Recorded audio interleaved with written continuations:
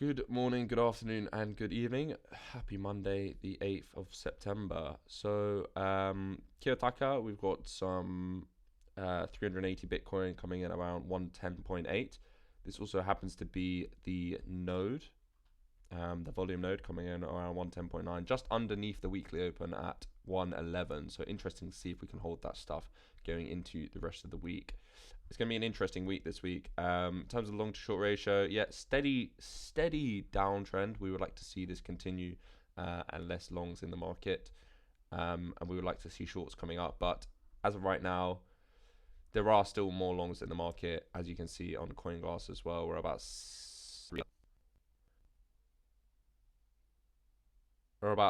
long. I'm sure just in the spike that we had. Too crazy, but it's still a little bit. We've got some stuff just below 107, around 107k as well, and more locally we do have some stuff. If it just loads, yep,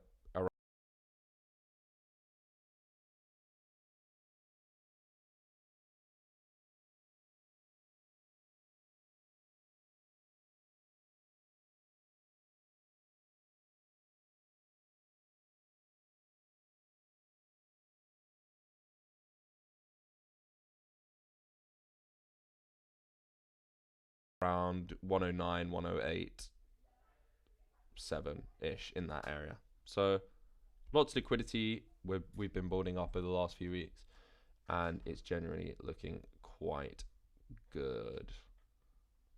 So if I just switch over to the charts, I'll just take that off. So Bitcoin, we're still waiting on that daily close above 112.5 to change the downside structure, the downside trend. It's potentially looking quite good. We've got a nice weekly close above the previous weekly. It's good. We've got some daily cash flow coming in, and yeah, we do have some higher highs and some higher lows on the 4-hour as well. Just out of interest, did anyone manage to take any of this long? So if you did take this long, you're up a nice little 2% on Bitcoin at the start of the week. We have a nice retest of these daily opens around 110.7, and we have the daily weekly open sitting at about 111.15. So yeah, looking potentially quite good for this weekend on Bitcoin. We talked about the totals, the weekly closes. There's not really any change at all on the totals or the weeklies at all. So I'm not really going to go through too much into these weekly charts, other than say that the weekly oscillators are very overbought, and yeah, we could potentially see a contraction in the market, but the totals are looking potentially quite better, especially total 3 and others. So especially total 3, to be honest. Bitcoin DOM still going down. ETH Bitcoin potentially getting quite toppy. We are printing a reactive re-entry on the weekly and overbought dot on the oscillator, but again, if we come down and even test like 3.2, it's still going to be looking quite bullish on the weekly time frame. So we talked briefly about Sol looking really good, potentially wanting to break out towards 240 to 230, in between 230 and 250. I do think if we get towards 230, I'm going to be selling. Again, I've said this in the Discord. 50% of my spot bag is getting sold of Sol if we get up to 250 or around there. I just think it's a good area to take a nice, decent amount of profit.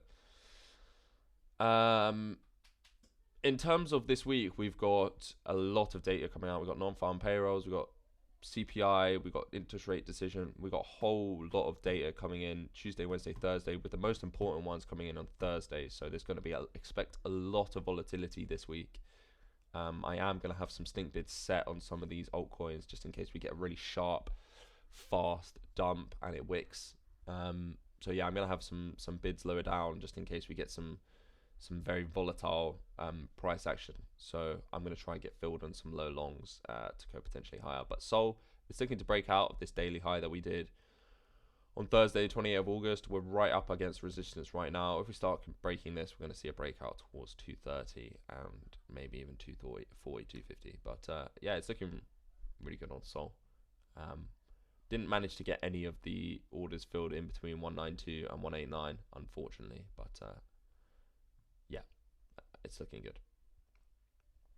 Popcat again, potentially coming up to resistance in 2.266.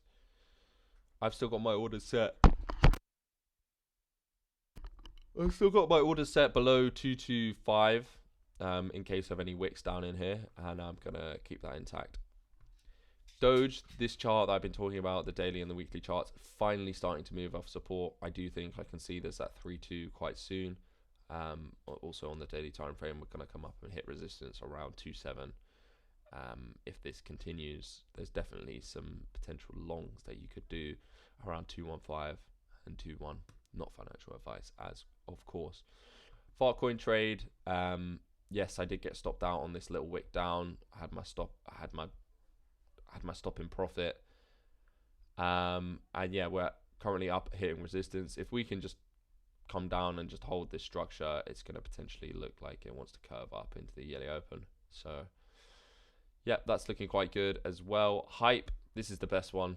This is the best one at all. Breaking out from the all-time high, a big daily candle up above the highs. If we can see this daily candle close above $49. Wait, was it $48.9, $49? It's going to be looking really good. I think it's going to go to 55 quite quick. Sui, daily time frame, we're trying to break out from this recent little nub that we put in at 3.5. In terms of the local price action, it's still potentially down until we can break that and then do some bullish retests. But it's looking quite good. We do have some cash flow coming in on the daily. And the 4 hour is starting to put in some higher highs and higher lows. We just are at resistance. We want to see sort of like maybe if it does reject, just like kind of like a squeeze up into it and then a pop. Damn, they messed up trading view. In terms of the rest of the market, I mean, AVAX, it's just looking really good. It's potentially going to break out at some point. When this does break out, I think it's going to go really hard and fast.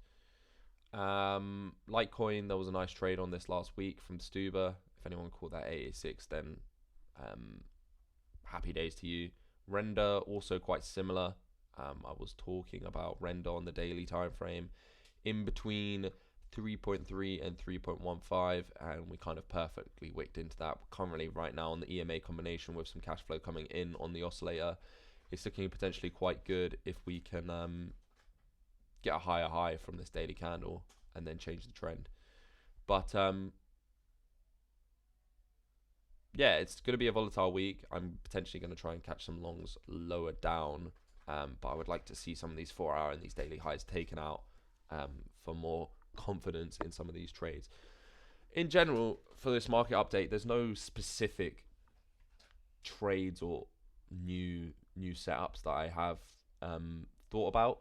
But if we do see some rejections from these 4 hour highs that we are at now, so for example on Render it's here, and some nice retests, I might be tempted to potentially long some longs in here. Same way on Hype, it might be something like this. Same way on Injective. Injective actually looks a little bit worse, so I'm not going to talk about that at the moment. Same way Popcat, if we can sort of like break this high and then come back in here. Just a very sort of similar things on a lot of these alts, like maybe Doge doesn't even do that, it just comes in on that and continues. We will have to see, but there's potentially a lot of things that are lining up quite nice this week. It's going to be volatile, so be careful, obviously use stops and everything. And yeah, I think we're going to see an interesting week this week.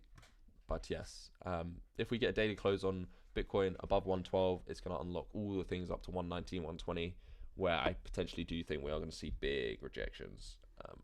But it remains to be seen. We'll have to see what happens. Just play the 4 hour level.